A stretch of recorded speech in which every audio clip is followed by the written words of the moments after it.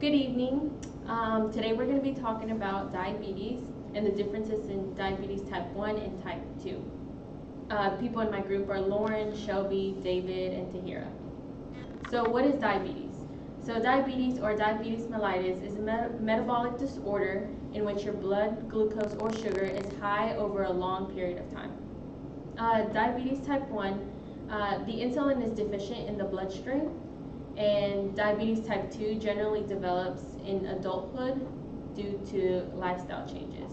The most common one is diabetes type 2, but my group members are going to go over like the effects over diabetes and how insulin works in your body and just overall diabetes.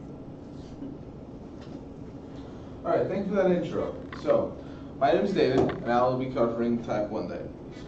So, we've heard two different types. Well, type 1 is the autoimmune one. So what that means is your own immune system actually ends up targeting your own beta cells within your pancreas, destroying them.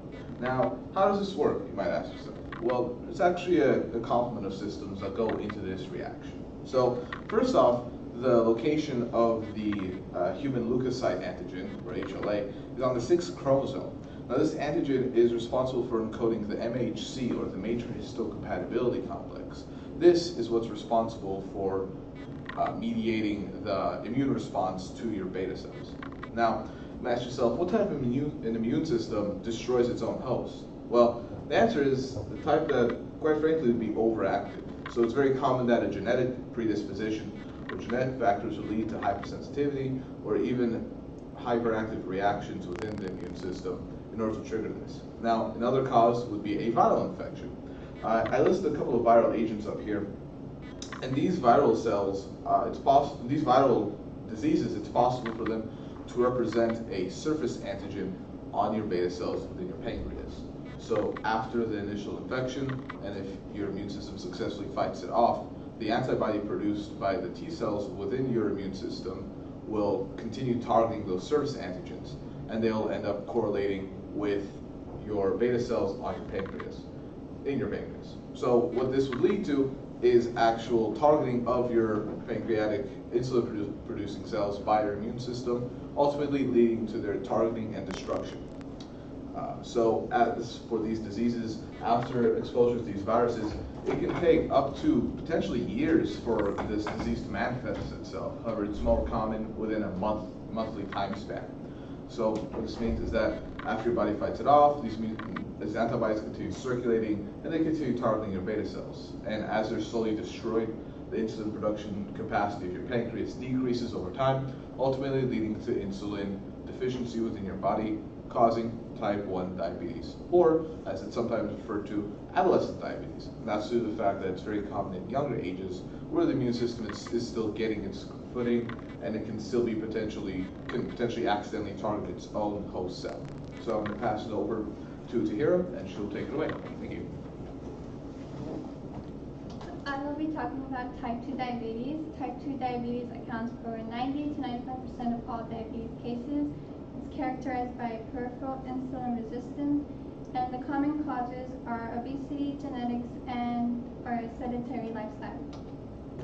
The physiological outcomes of the insulin resistance is elevated levels of glucagon, elevated glucose production by the liver, increased breakdown of lipids, and a decreased glucose transport into muscle, fat, and liver cells.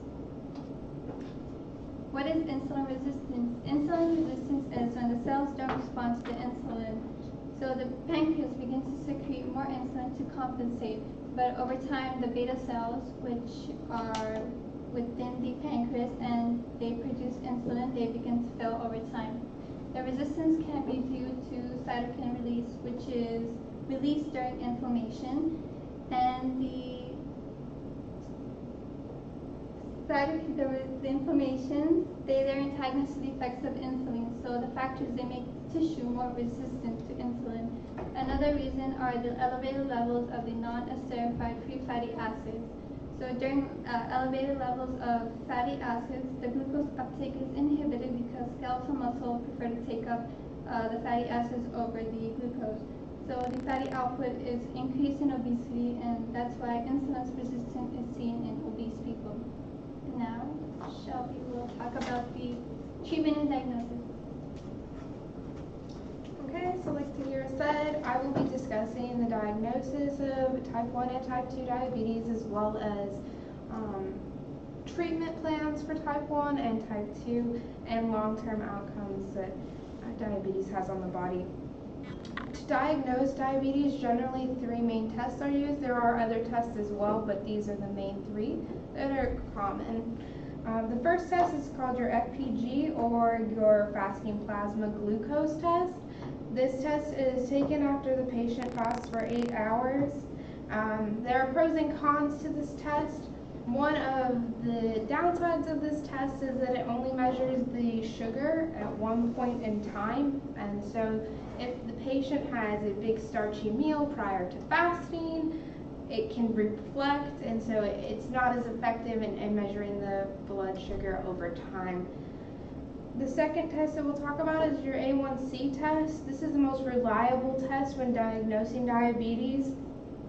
It's taken, it shows the blood sugar over time, which is why it's the most helpful. It's also useful in distinguishing type 1 from type 2 diabetes. So when distinguishing type 2 diabetes, if the results from your A1C test show that you have a 6.5% or higher reading, then you're considered type 2 instead of type 1. Your third test is going to be your random plasma glucose, or your RPG test, and this is just your everyday common blood sugar test. This is given to patients that present with classic signs and symptoms such as polydipsia and polyuria. And if a doctor sees a patient coming in with those common signs and symptoms, I might just give them the RPG test. Again, this isn't as effective as an A1C test because it's only measuring your blood sugar at a single point in time. If your results show a reading of 200 milligrams or more per deciliter, that's when you're considered diabetic. When looking at patients suffering from type 1 diabetes, as David discussed earlier, these are patients generally in adolescent age that have an immunodeficiency. To treat type 1 diabetes, they would need to, of course, take insulin to account for that deficiency. To also keep their diabetes in check, oftentimes you're going to find carbohydrate, fat, and protein counting and just really monitoring what they eat and their dietary needs. Frequent blood sugar monitoring throughout the day, eating healthy foods and balancing those meals, exercising regularly, and maintaining a healthy weight. Type 1 diabetes patients also commonly take prescription drugs like ACE inhibitors and aspirin, just in conjunction with the lifestyle choices to maintain healthy sugar levels. Patients suffering from type 2 diabetes, not always but generally most of the time, can significantly improve their condition through smart choices and healthy lifestyle choices, such as eating healthier meals and losing excessive weight. Both of these can significantly improve outcomes and outlooks for a patient with type 2 diabetes. Not always, but a lot of times. Also, prescription drugs like metformin, when used in conjunction with lifestyle choices, significantly improve type 2 diabetic patients' lifestyle or outcome. If left unchecked and unmonitored, diabetes can have a severe toll on the body, including eyesight problems, foot and skin ulcers, or skin issues, including foot ulcers and neuropathy, heart and blood vessel diseases, nerve damage, that's what I said earlier with neuropathy, kidney damage, hearing problems, fertility issues, and increased risk for dementia and Alzheimer's. So that's why it's extremely important for patients, as soon as they know or are diagnosed with diabetes, that it's not just taking care of it today, it's a long-term, lifetime treatment. So now Lauren's going to finish it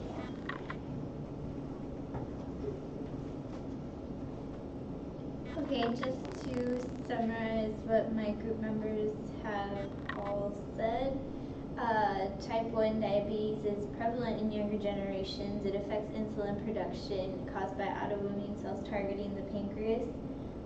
Type 2 diabetes is the most common type affecting adults because of genetics, obesity, and lifestyle choices. There are 3 tests utilized to diagnose patients with diabetes,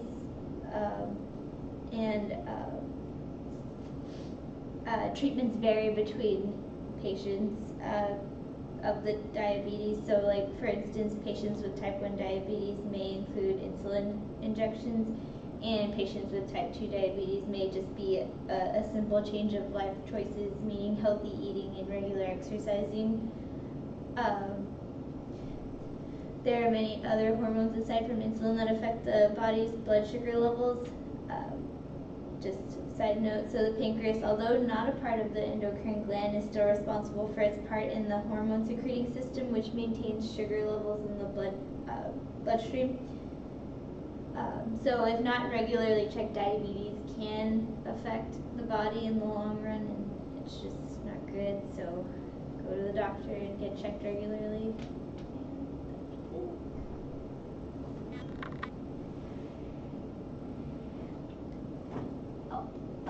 Thank you.